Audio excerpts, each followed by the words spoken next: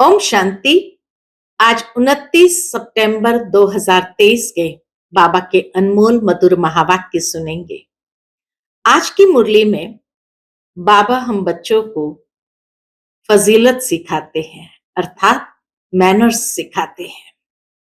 बाबा कहे, इस संसार में कोई भी परिपूर्ण नहीं है और इसीलिए हर एक से कभी न कभी कोई न कोई भूल जरूर हो जाती है। तो जब भी कोई भूल हो तो बाबा से क्षमा मांग लेनी चाहिए। यही कहना चाहिए, बाबा आई एम सॉरी। बाबा कहे उसमें देह अभिमान नहीं आना चाहिए कि हम बाबा से सॉरी कैसे करें, क्योंकि बाबा भी जानता है इस दुनिया में कोई भी परिपूर्ण नहीं है।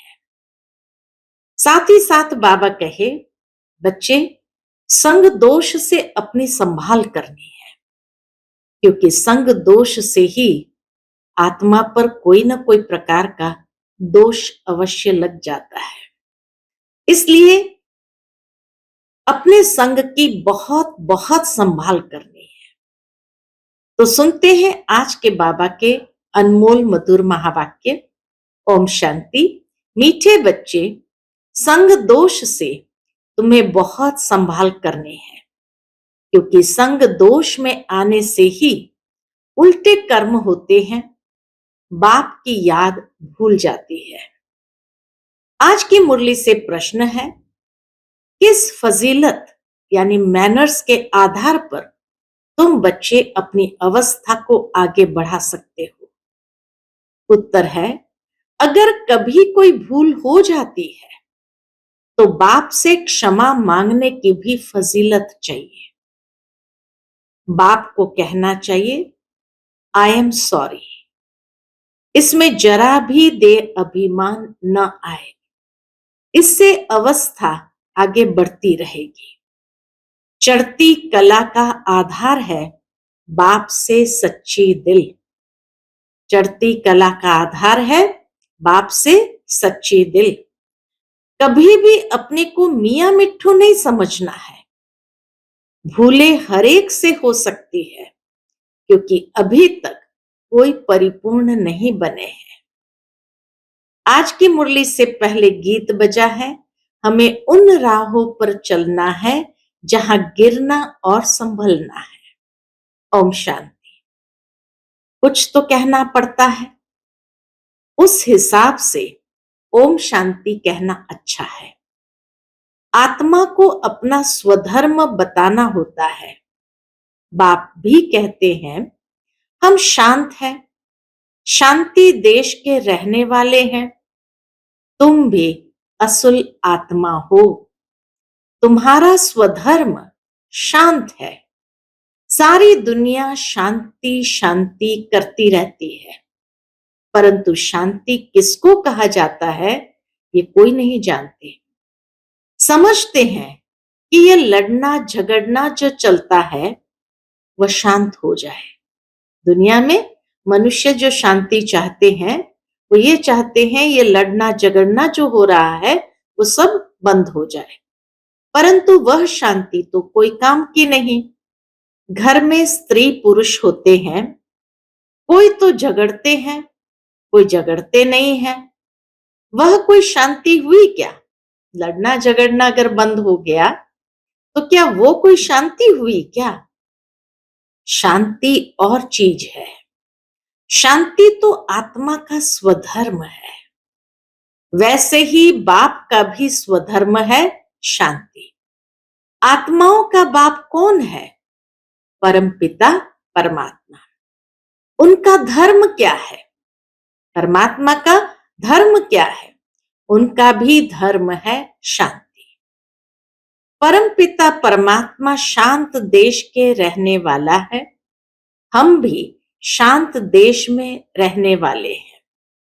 कोई भी आए तो बोलो, तुम्हारा स्वधर्म तो शांति है ना, तुम असल वहां के रहने वाले हो। तो बाबा कहे, स्वधर्म के परिचय के साथ साथ जो परम धाम है उसका भी परिचय देना है कि तुम असल वहां के रहने वाले हो।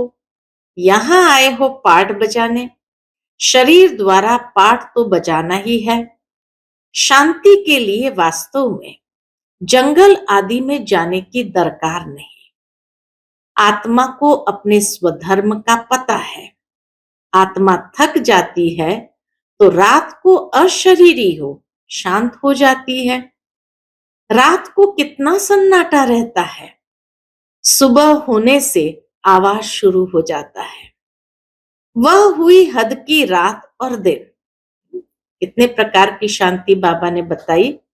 एक तो लड़ना झगड़ना नहीं होता है तो भी शांति रहती है, लेकिन वो भी कोई रियल शांति नहीं।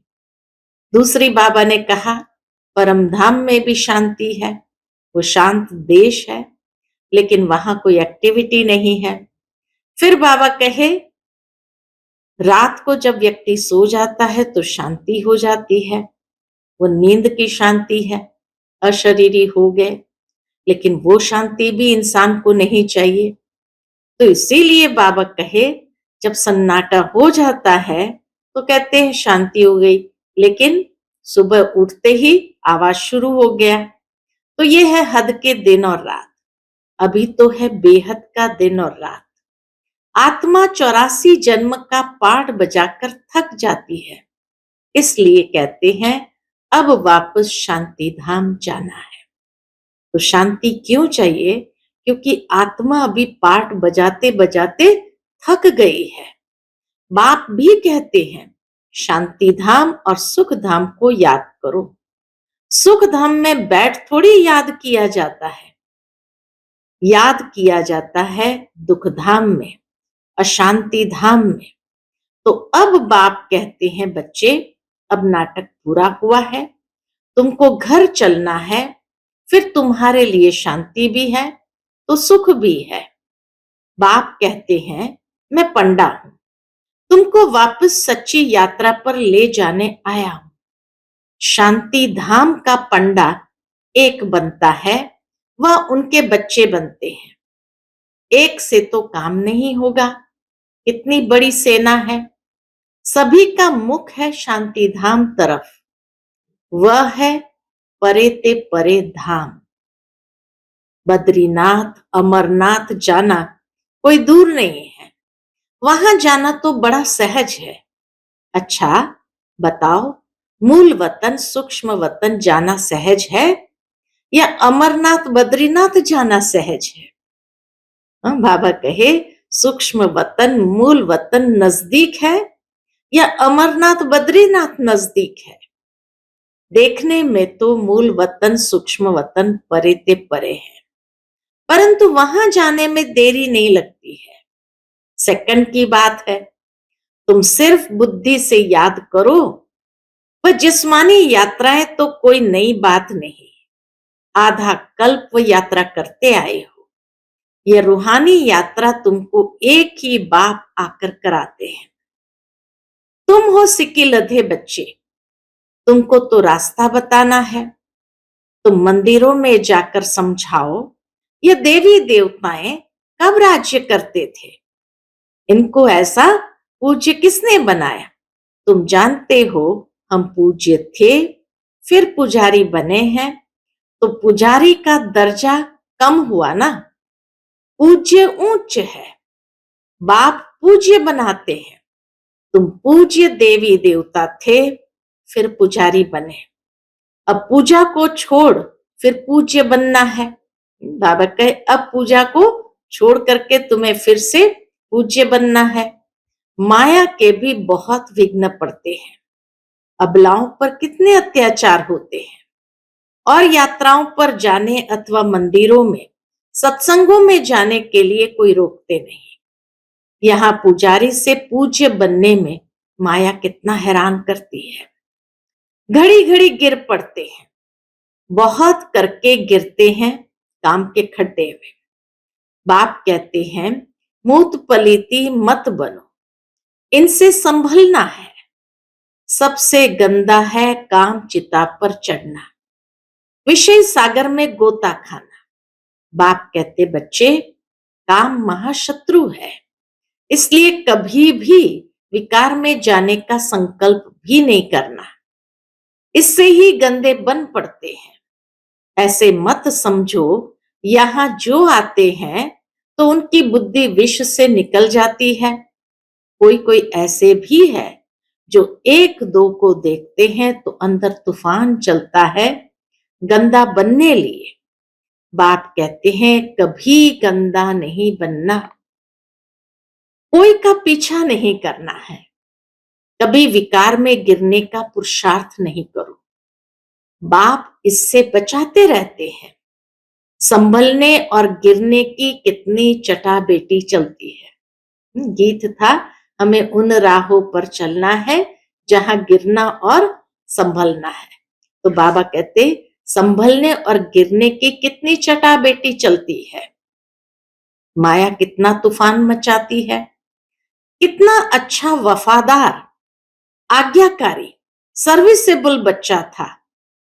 कोई बच्चे के लिए होगा बाबा के सामने बात आई होगी तो बाबा सुनाते हैं कि कितना अच्छा वफादार आज्ञाकारी सर्विसेबल बच्चा था। माया ने ऐसी चमाट मारी जो एकदम खत्म हो गए, मर गए। ये ड्रामा, बाबा कहे बिंदी लगाओ, ड्रामा है। गंदा माया बनाती है, आधा कल्प दुख देने वाली माया है, बाप नहीं। मुफ्त में दोष धरते हैं कि ईश्वर ही दुख सुख देते हैं। ईश्वर को बाप नहीं समझते, ईश्वर को बाप नहीं समझते। परमात्मा कभी किसको दुख कैसे देंगे। परमात्मा दुख दे तो बाकी मनुष्य तो एक दो को बड़ा ही दुख देंगे। बाप समझाते हैं तुम ही अपने लिए ऐसे कर्म बनाते हो, संग दोष में भी उल्टे कर्म कर लेते हो, बाप को भूल जाते हो। साधारण है ना, तो बच्चे भूल जाते हैं। बाप तो शिक्षा अच्छी ही देंगे परंतु उसको भूल जाते हैं। बाप समझाते हैं योग पूरा नहीं है। ऐसे मत समझो भाषण करने वाले हैं। पंडित की एक कथा है ना, औरों को कहा राम राम कहने से नदी पार हो जाएंगी, खुद पार हो न सका। रोज वो पंडित की कहानी है कि रोज एक पंडित कथा सुनाता था और सभी श्रद्धालुओं को कहता था कि राम राम कहने से तो नदी भी पार हो जाएगी। फिर एक बार एक कन्या आती थी रोज सत्संग में, तो एक बार कोई नाव नहीं मिली होंगी तो भी वो आ गई। तो पूछा पंडित जी ने तुम कैसे आई, आज तो कोई नाव चली ही नहीं है। तो कहा आपने कहा था ना कि राम राम कहो तो नदी भी पार हो जाएगी, तो मैं तो नदी पर चलते हुए आ गई राम राम करते हुए। कहा ऐसे कैसे। फिर पंडित को सब लेके गए कि आप तो हर एक को कहते हो, अभी आप भी चलो। तो खुद पार हो ना सका। बोला बोट नाव ले आओ तो चले। जो खुद कहता था वो कर नहीं सका, सिर्फ कहना नहीं है। तो बाबा हम बच्चों को सिखाते सिर्फ कहना नहीं है परंतु करना है। कथनी करनी रहनी, कथनी करनी और रहनी सब समान हो, इसलिए बाप को मत भूलो। बाबा अभूल बनाते हैं। बाप कहते हैं कोई भी भूल हो जाए तो आकर माफी मांगो, आई एम सॉरी।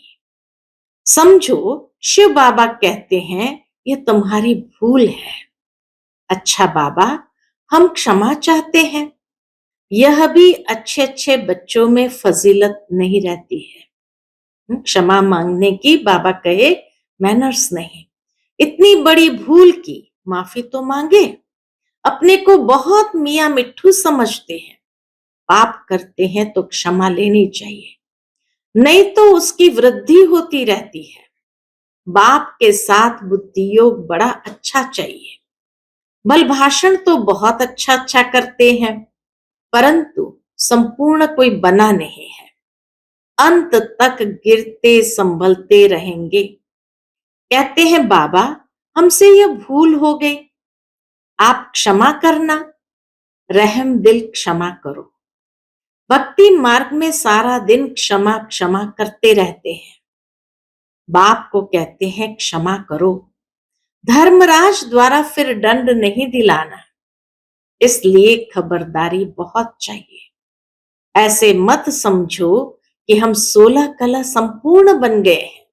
नहीं, बहुत बच्चे लिखते हैं, बाबा अशुद्ध स्वप्न बहुत आते हैं, बाबा की याद ही नहीं ठहरती है। मियां मिट्ठू नहीं बनना है। अंत में 16 कला संपूर्ण बनेंगे। अभी तो ग्रहण लगा हुआ है, तुम्हारी वह अवस्था आनी है। यहां बैठे बैठे उड़ते रहेंगे। आत्मा को खींच होती है, क्योंकि कल्प की थकी हुई है, तो आतुर वेला यानी जल्दी होता है। जल्दी जल्दी जाऊं, परंतु लायक भी बनना पड़े ना। घर जाने के लिए बाबा कहे लायक भी बनना पड़े। कोई तो यहाँ ही घूमने फिरने, जेवर पहनने आदि में खुश हो जाते हैं, फिर दुखी होते हैं तो कहते हैं नाहक बाबा को छोड़ा। अच्छा, फिर हिम्मत करो। बाबा फिर भी जैसे रहम दिल होने कारण कहते हैं अच्छा फिर हिम्मत करो, कुछ सीखो।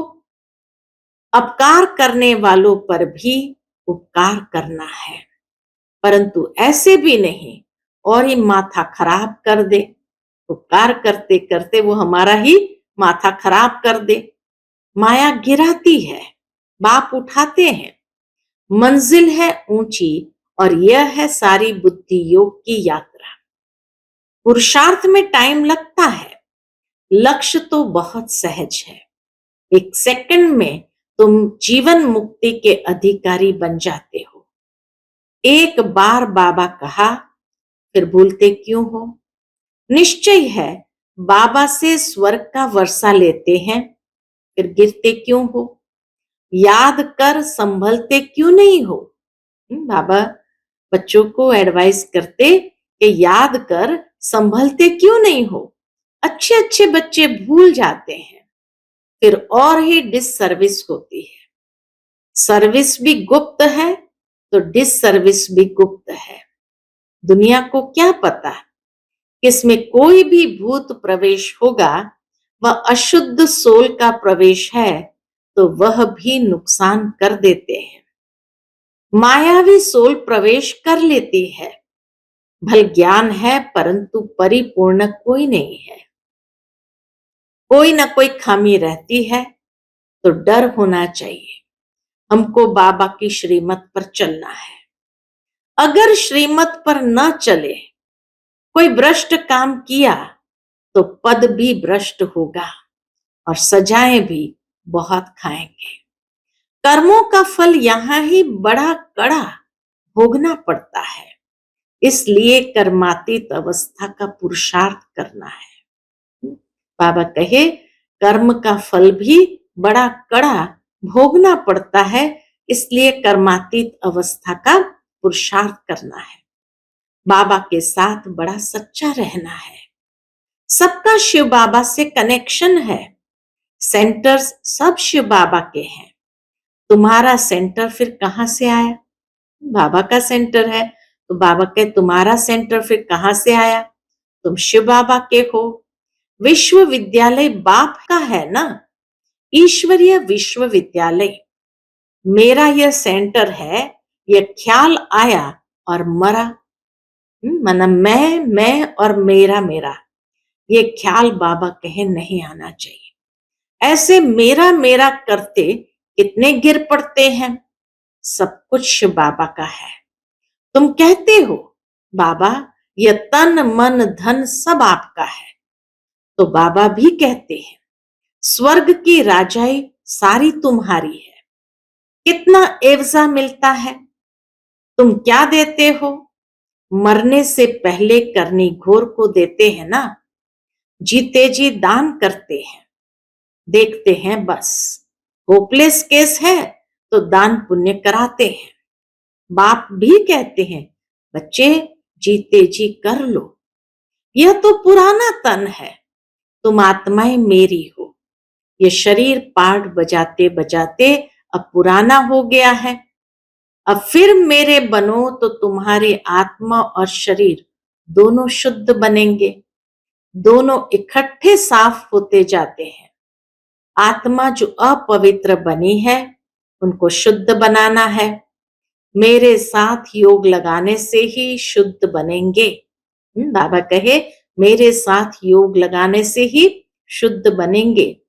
योग रखेंगे तो चढ़ती कला होगी, योग नहीं रखेंगे तो गिरती कला हो जाएगी। सर्विस का शौक चाहिए, पूछना नहीं है सर्विस पर जाएं। बाबा कहे ये पूछना नहीं है कि हम सर्विस पर जाएं। बाबा समझते हैं शौक नहीं है। मनसा वाचा कर्मणा, सर्विस का शौक चाहिए। मनसा नहीं तो वाचा व कर्मणा, कोई ना कोई सर्विस में लग जाना चाहिए तो उजूरा मिलेगा। आपे ही जो करे सो देवता, कहने से करे सो मनुष्य, और कहने से भी न करे तो कोई काम का नहीं। जितना सर्विस करेंगे उतना फल मिलना है।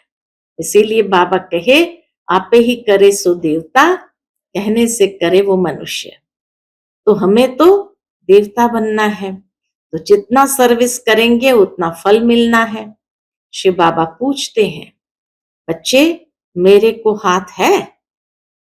शिव बाबा पूछते मेरे को हाथ है? इस तन में शिव बाबा बैठे हैं ना, चिट्ठी लिखते हैं ना। बैल पर सारा दिन थोड़ी सवारी करेंगे।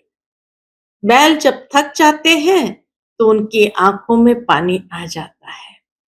दुनिया में जो बैल होते हैं जब थक जाते हैं तो उनकी आंखों में पानी आ जाता है। यहां तो आंसू आने की बात नहीं, इनको तो सर्विस करनी ही है। बच्चों को समझाते हैं, क्या समझाते? माम एकम याद करो।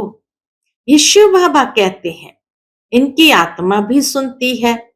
ये तो बिल्कुल सहज है। बेहद का बाप है ही स्वर्ग का रचयिता। बाबा आते हैं स्वर्ग की स्थापना, नरक का विनाश कराने। महाभारत लड़ाई भी सामने खड़ी है।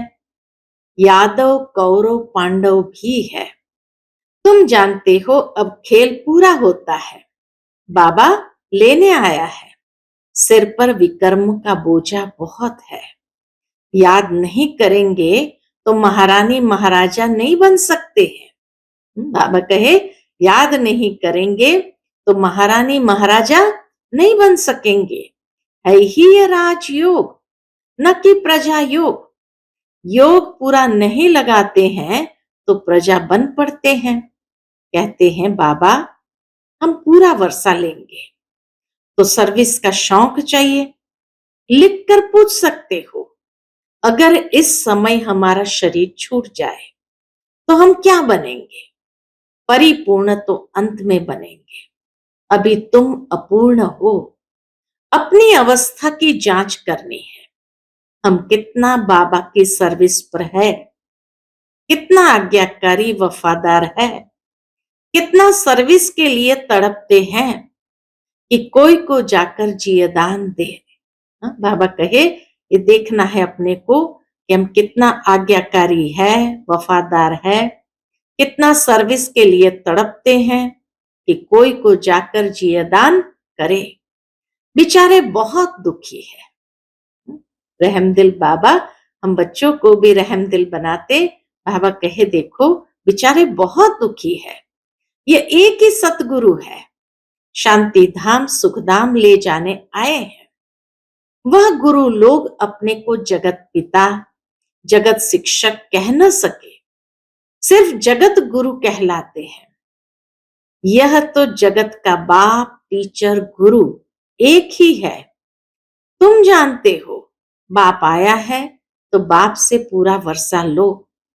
देह अभिमान अच्छा नहीं है। देही अभिमानी बन बाप को याद करो, फिर तुम्हारी निरोगी काया बन जाएगी। वहां तो पवित्रता सुख शांति संपत्ति है, अथाह संपत्ति है। यहाँ तो देखो पेट के लिए मारा मारी है। बाबा कहे सतयुग में तो अथाह संपत्ति है, सुख शांति संपत्ति सब कुछ है, लेकिन यहाँ तो देखो पेट के लिए भी मारामारी है।